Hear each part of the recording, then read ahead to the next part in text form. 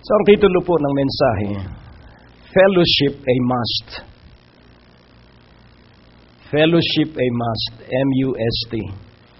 So, ang pagsasama-sama ay napakahalaga at dapat na laging maisagawa. Sa Hebrews chapter 10, verse 25. Hebrews 10:25.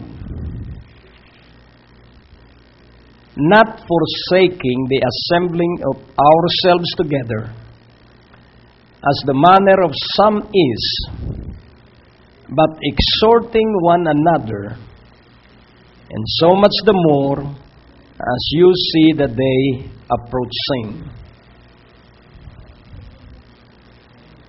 So, kailangan po ang pagdalo natin sa pagtitipon ay paunlad at pasigla ng pasigla. So much the more. So, atin pong unawain kung anong tinutukoy dun sa salitang so much the more. So much the more the day approaching. Lalong ating paunlarin, pasiglahin ang ating pagdalo sa pagtitipon. Ito ay utos ng Diyos. At ito ay itinuro noong panahon pang una at tuloy-tuloy na ito ay itinuturo.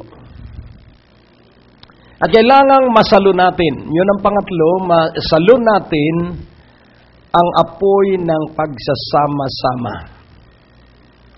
Ang unang halimbawang ibig kong ipakita ay ang mga baga. So kung naunawaan po ninyo ang paggamit ng kahoy at mabivisualize ninyo, dati wala namang gasol. Ano po? Talagang kahoy ang panggatong. At yun pong yung kahoy pag napupudpo dahil ito po'y sinusunog ng apoy, ang natitira ay mga baga. Pero yung baga po, pag sama-sama, muling nagliliyab yun. Pero kapag yung isang baga ay yung inihiwalay, ano ang mangyayari doon sa inihiwalay sa tumpok ng baga? So tingnan po natin ang larawan ng fellowship o togetherness. Tingnan po natin ang ating sarili ay katulad ng baga. Ember sa English. At atin pong unawain ang kahalagahan ng bawat isa sa atin.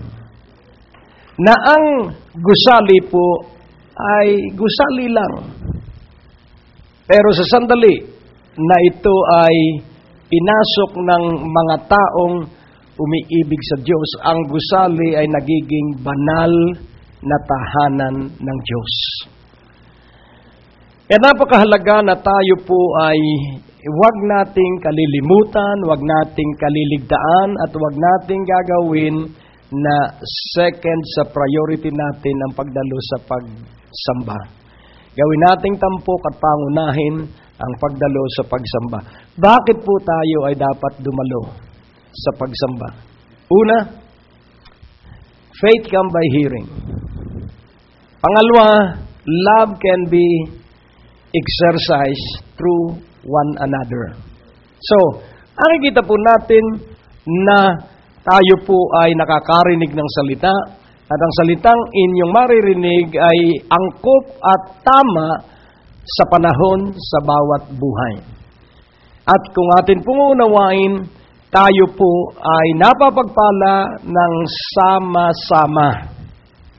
Kaya natin pong unawain na kailangang ikaw at ako ay pabanalin, bagamat ang kabanalan natin ay nung araw na tanggapin natin si Jesucristo at nagpapatuloy tayong sumasampalataya kay Jesucristo sapagkat si Jesucristo ay higit na mas mabuti kaysa batas. So Jesus is better than the law. Jesus is better than Moses. Jesus is better than Joshua. So Jesus is better than anyone else who lives on the face of the earth. Si Jesucristo ang pinakamainam. Kaya kung unawain natin, tayo'y nagkakatipon dahil kay Hesus Kristo. Sa pangalan ni Hesus Kristo, tayo ay nagkakasama-sama. At kung titingnan natin sa panahon pa ni Abraham, nagbigay na ang Diyos ng paraan kung paano siya ay sasambahin, sapagkat nilikha ang tao para sumamba sa Diyos. Kapag inalis ng tao ang pagsamba sa Diyos, parang tumalikod siya sa Diyos. Parang nagtampo siya sa kabutihan ng Diyos. Pag nawala sa buhay ng isang tao ang pagsamba sa Diyos, pansinin po natin yung worship ay galing sa original word na worth, W-O-R-T-H. So we are only worthy if we worship God. So our worthiness ay nangyayari po because we are worshiping God. Kapag hindi natin sinasamba ang Diyos, baliwala po tayo sa Diyos. Sapagkat ang mga sumasamba lamang sa Diyos ang pahahalagahan ng Diyos. Huwag po nating kalilimutan yan. Those who worship God will be favored by God better than any person. So atin pong unawain, kailangan tayo ay mabuhay na sumasamba sa Diyos. Ang hinahanap po niya ay yung sumasamba sa Kanya. God is seeking for worshiper. Because those who worship God will understand eternal life. Yung mga sumasamba sa Diyos ay maunawaan ng walang hanggang buhay. Kaya kailangan tayo ay magpasya na tayo ay maging tagasamba sa Diyos.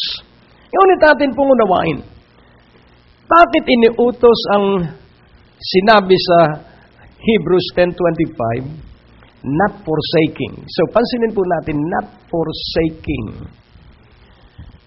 Hindi kinakaligtaan. Ano yung hindi natin kaliligtaan? Ano yung hindi natin wawalang halagahin? So, sa Hebrews 10:25, not forsaking the assembling of ourselves together. So, hindi natin kinakaligtaan, hindi natin winawalang halaga. Ano yung hindi natin kaliligtaan? Ano yung hindi natin wawalang halagahin? The assembling. So, pansinin po natin, the assembling of ourselves together. Po, yung assembly po ay pagtitipon na magkakasama. Kaya tayo nagkakasama, so natutupad natin yung requirement that we are assembling ourselves together. May katabi ka ba? Meron, ano? So, ibig sabihin, hindi ka nag-iisa. At nakikita natin na iba-iba tayo ng antas ng buhay, iba-iba tayo ng pinanggalingan, ngunit tayo ay magkakasama. Amen? Kaya may awitin together again. Tayo'y muling nagkakasama-sama at kailangan kasabikan mo na makasama mo yung kasama mo ngayon sa susunod na linggo. Kailangan nasa puso mo, gusto kong makasama uli gusto kong makasama muli sila.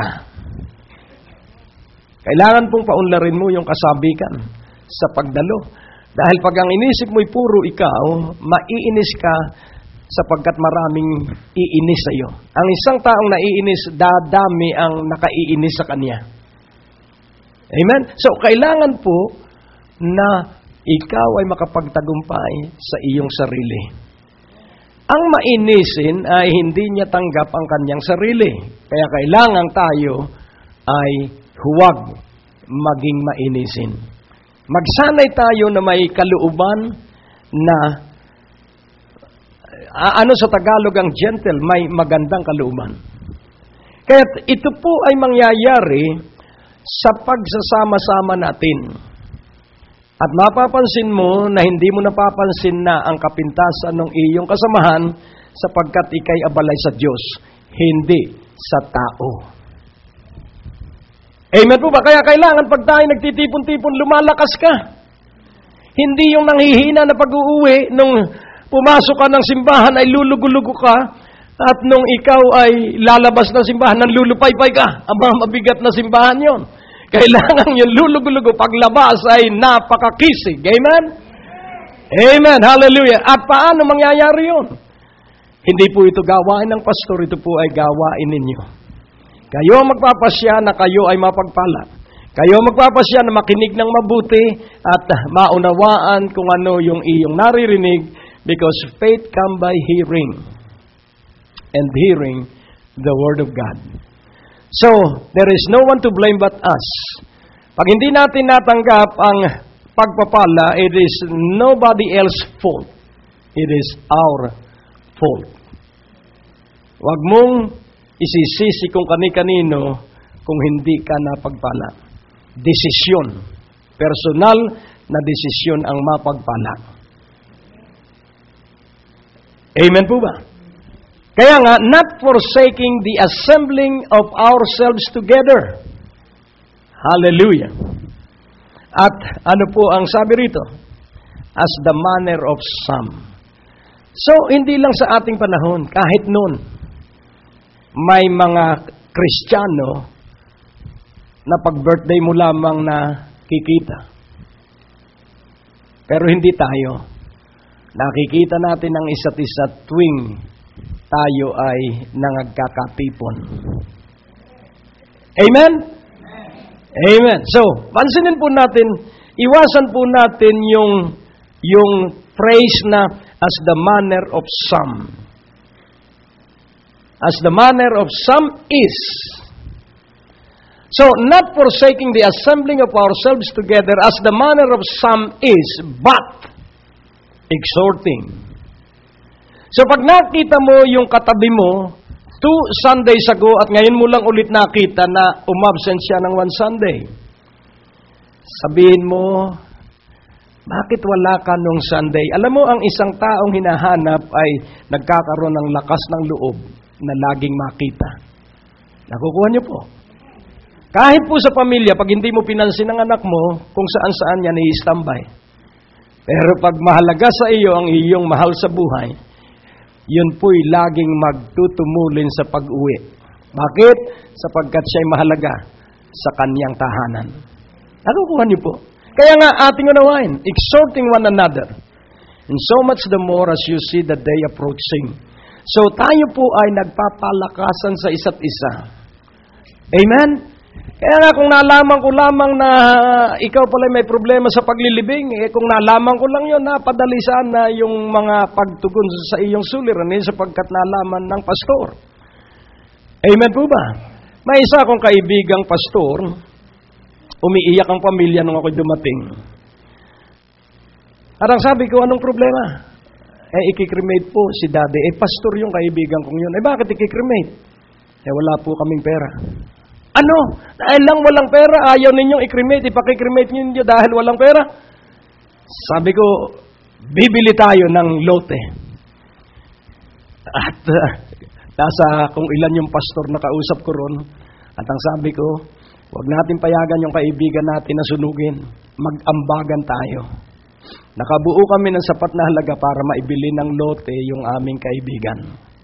At siya'y nailibing ng maayos at disente. Bakit?